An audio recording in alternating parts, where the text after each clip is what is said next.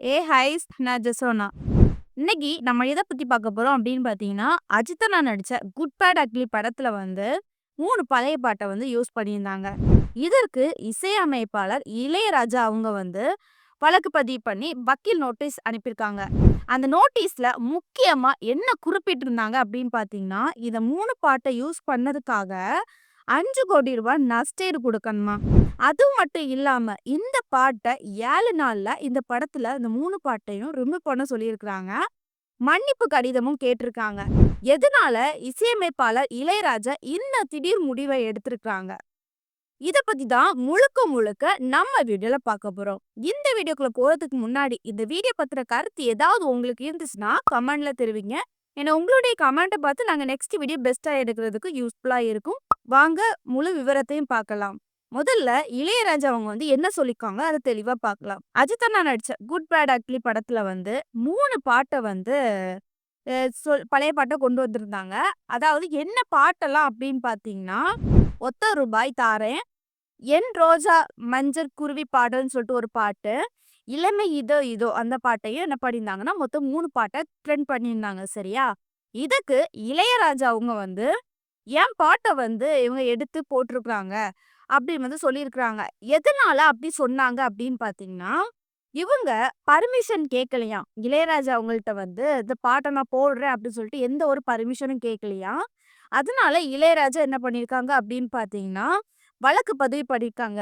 வழக்கு பதிவு பண்ணி வக்கீல் நோட்டீஸ் அனுப்பியிருக்காங்க. யாருக்கு அனுப்புனாங்க அப்படின்னு பார்த்தீங்கன்னா, இந்த குட் பேட் அக்லி படத்தோட தயாரிப்பாளருக்கு. சரியா? தயாரிப்பாளர் யாரு அப்படின்னு பார்த்தீங்கன்னா, மைத்ரி மூவி மேக்கர்ஸ் அவங்களுக்கு தான் இந்த நோட்டீஸ வந்து குடுத்திருந்தாங்க. முக்கியமா அந்த நோட்டீஸ்ல என்ன குறிப்பிட்டிருக்குது அப்படின்னு பார்த்தீங்கன்னா, அதாவது இந்த பாட்டு 3 பாட்டையும் நீங்க வந்து யூஸ் பண்ணியிருக்கீங்க. என்னுடைய பாட்ட. அத நீங்க மாத்தி இருந்தாலும் அது என்னுடைய பாட்டு. அந்த பாட்டுக்காக நீங்க என்ன பண்ணியிருக்கணும்னா, நஷ்டஈடாட்டு ரூ. 5,00,00,000 எனக்கு வழங்கணும் அப்படின்னு வந்து சொல்லியிருக்காங்க. அடுத்ததாட்டு என்ன சொல்லியிருந்தாங்க அப்படின்னு பார்த்தீங்கன்னா, கிட்டத்தட்ட 7 நாள்ல அந்த பாட்ட நீங்க மொத்தமா இந்த படத்துலருந்து ரிமூவ் பண்ணிறணும். இன்னொன்னு என்ன அப்படின்னு பார்த்தீங்கன்னா, இந்த படத்துல நீங்க இந்த பாட்ட யூஸ் பண்ணது காரணத்தினால, நீங்க என்ன பண்ணணும் அப்படின்னு பார்த்தீங்கன்னா, மன்னிப்பு கடிதம் எழுத்தால எனக்கு எழுதி தரணும் அப்படின்னு வந்து யார் சொல்லியிருக்காங்க அப்படின்னு பார்த்தீங்கன்னா, நம்ம இசையமைப்பாளர் இளையராஜா அவங்க வந்து சொல்லியிருக்கிறாங்க. சரியா? இசையமைப்பாளர் இளையராஜா இன்னொன்னு என்ன சொல்லியிருந்தாங்க அப்படின்னு பார்த்தீங்கன்னா, அதாவது என்னுடைய பாட்ட யூஸ் பண்ணி நீங்க வந்து இந்த படத்துல போட்டிருக்கீங்கல்ல, அதனால இதுவரைக்கும் என்னுடைய பாட்டுக்கு எவ்வளோ ரூபா கிடைச்சோ, அதனுடைய டீட்டெயிலையும் எனக்கு நீங்க தரணும் அப்படின்னு வந்து என்ன பண்ணியிருக்காங்கன்னா, இளையராஜா அவங்க வந்து சொல்லியிருக்காங்க. சரியா? இப்போ இந்த குட் பேட் அக்லி படத்த வந்து எல்லாத்துக்குமே தெரியும். நிறைய பேர் இந்த படத்த பார்த்துருப்பீங்க. இந்த படம் வந்து ஏப்ரல் 10ஆம் தேதி தான் ரிலீஸ் ஆச்சு. இந்த படத்தோட கதை ஹிட் ஆச்சா என்னவோ தெரியல. ஆனா, அந்த பழைய பாட்டுக்காக எல்லாருமே இந்த படத்த போய் பார்க்க ஆரம்பிச்சாங்க. இதனால நெறைய தியேட்டர்கள்ல வந்து ஒத்த ரூவாய் பாட்டுக்காகவே ஆடுனாங்க. தியேட்டர்ல சேர் உடைஞ்சிருக்குது. இந்த மாதிரி பல சம்பவங்கள் நடந்திருக்கு. சரியா? இப்படி இருக்கிற பட்சத்துல வந்து கிட்டத்தட்ட இந்த படம் வந்து ரிலீஸ் ஆகி 5 டேஸ் தான் ஆகுது. அந்த 5 டேஸ்லயே இளையராஜா வந்து, "என்னுடைய பாட்ட நீங்க யூஸ் பண்ணது தவறு" அப்படின்னு சொல்லிக்கிட்டு என்ன பண்ணியிருக்காங்கன்னா, வக்கீல் நோட்டீஸ் அனுப்பியிருக்காங்க.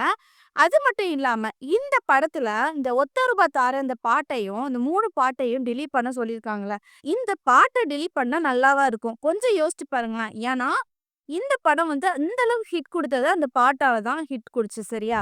இப்ப என்னுடைய கருத்துப்படி என்ன அப்படின்னு பார்த்தீங்கன்னா, இந்த படம் மட்டும் இல்லங்க. நெறைய படங்கள்ல என்ன பண்றாங்க அப்படின்னு பார்த்தீங்கன்னா, புது புது பாட்டு போடாம, இந்த பழைய படத்துல உள்ள பாட்ட எடுத்து அப்படியே ரீமிக்ஸ் பண்ணி என்ன பண்றாங்கன்னா, இந்த புது படங்கள்ல யூஸ் பண்றாங்க. சரியா? இப்படி யூஸ் பண்ணும்போது என்ன ஆகுது அப்படின்னு பார்த்தீங்கன்னா, அந்த புது படம் வந்து அந்த பாட்டுனாலேயே ஓரளவுக்கு ஹிட் குடுக்குறது. இல்லன்னா நல்ல ஹிட் குடுக்க வாய்ப்பு இருக்குது. இப்போ அஜித் அண்ணா நடிச்ச குட் பேட் அக்லி படத்த கூட எல்லாருக்குமே இந்த பாட்டு மூலமா தான் ஒரு நல்ல ஹிட் குடுத்தது சொல்லலாம். ஏன்னா, அந்த பாட்டோட ஸ்டெப்பு, வடிவமைப்பு, ரீமிக்ஸ் எல்லாமே இந்த படத்துல வந்து காமிச்சிருந்தாங்க. சரியா? இப்படியே நெறைய படங்களையும் பண்ணிட்டு இருக்காங்க. இது மட்டும் இல்லாம, இதுதான் ப்ராப்ளமா அப்படின்னு பார்த்தீங்கன்னா, ஒரு பாட்ட எடுக்கிறது அவங்க தப்பு கிடையாதுங்க. கண்டிப்பா அந்த பாட்ட எடுத்து போடலாம். பட் அந்த பாட்ட எடுக்கிறதுக்கு முன்னாடி, அந்த பாட்ட யாரு பாடியிருந்தாங்க, அவங்களுடைய பர்மிஷனோட என்ன பண்ணியிருந்தாங்கன்னா, இந்த பாட்ட போட்டுக்கலாம் அப்படின்னு வந்து அவங்க சொல்லி அத போட்டிருந்தாங்கன்னா, அவங்களுக்கு இந்த அளவுக்கு ப்ராப்ளம் வராது, இஷ்யூஸ் வராது.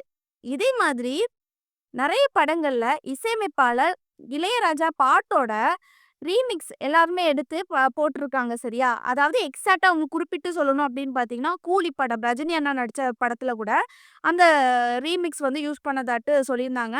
இதுக்கும் வழக்கு பதிவு பண்ணியிருந்தாங்க சரியா? இப்போ இந்த குட் பேட் அக்லி படத்துல வந்து இசையமைப்பாளரோட பாட்ட போட்டிருக்காங்கல்ல, அப்ப அது என்ன பண்ணியிருக்கணும் அப்படின்னு பார்த்தீங்கன்னா, அந்த தயாரிப்பாளர் முதல்ல இளையராஜா கிட்ட பர்மிஷன் கேட்டிருக்கணும். அதாவது உங்களுடைய பாட்ட நாங்க எடுத்து போடுறோம். எங்களுக்கு வந்து பிடிச்சிருக்குது. இது போட்டா நல்லாருக்கும். ரொம்ப ஹிட் குடுக்கும் அப்படின்னு சொல்லிக்கிட்டு என்ன பண்ணியிருக்கணும்னா, "ஐயா இந்த பாட்ட நாங்க கொஞ்சம் போட்டுவிடுறோம் ஐயா" அப்படின்னு சொல்லிட்டு அவங்க போய் கொஞ்சம் அவங்க வந்து ப்ளீஸ் பண்ணி பேசியிருந்தாங்க அப்படின்னு பார்த்தீங்கன்னா, என்ன பண்ணியிருப்பாங்க, இசையமைப்பாளர் இளையராஜா அவங்க வந்து, "சரி அப்போ போட்டுக்கோங்க" அப்படின்னு சொல்லிட்டு சொல்லியிருப்பாங்க. இல்லன்னா, "எனக்கு இந்த பாட்ட நீங்க போடுறீங்க அப்படின்னு பார்த்தீங்கன்னா, எனக்கு இதுல கொஞ்சம் பைசா வேணும். ஒரு 2,00,00,000 வேணும், 3,00,00,000 வேணும்" அப்படின்னு வந்து சொல்லியிருந்தாங்கன்னா, என்ன பண்ணியிருப்பாங்கன்னா, இது தயாரிப்பாளரும் குடுத்துருக்கலாம். இசையமைப்பாளர் இளையராஜாவும் போட விட்டுருப்பாங்க. இது வந்து இந்த அளவுக்கு பிரச்சனை வந்திருக்காது சரியா? இப்போ இந்த பிரச்சனையால இந்த 3 பாட்டுக்கும் நஷ்டஈடும் கேட்டிருக்காங்க. நஷ்டஈடு மட்டும் இல்லாம, இந்த படத்துல அந்த பாட்டு இருக்கக்கூடாது. அப்படியும் சொல்லியிருக்காங்க. அதுவும் இல்லாம, எனக்கு வந்து நீங்க மன்னிப்பு லெட்டர் வந்து எழுதணும். அதுவும் எழுத்தால எனக்கு எழுதி வேணும் அப்படின்னு வந்து சொல்லியிருக்காங்க. இப்படி நெறைய கண்டிஷன் மேல கண்டிஷன் போட்டிருக்காங்க. இத அவங்க முதல்லே பேச்சுவார்த்தையில இத கொண்டு போயிருக்கலாம்ல. கொஞ்சம் யோசிச்சாங்களா? யார்கிட்டயுமே கேட்காம அவங்களே எடுத்திருக்காங்க. இப்ப யாருக்கு நஷ்டம்?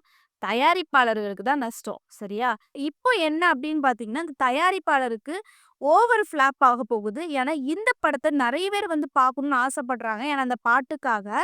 அந்த பாட்ட இப்போ வந்து மொத்தமா டெலீட் பண்ணும்போது, இந்த படம் எப்படி இருக்க போகுதுன்னு தெரியல. ஸோ, ஓரளவுக்கு பெட்டரா இருக்கும்னு நெனைக்கிறேன். பட் எனக்கு தெரியல. அந்த அளவுக்கு பெருசா எனக்கு புடி வரல. சரியா? சரி. இதுதான் என்னுடைய கருத்து. இப்போ இத பத்தி நீங்க என்ன நெனைக்கிறீங்க?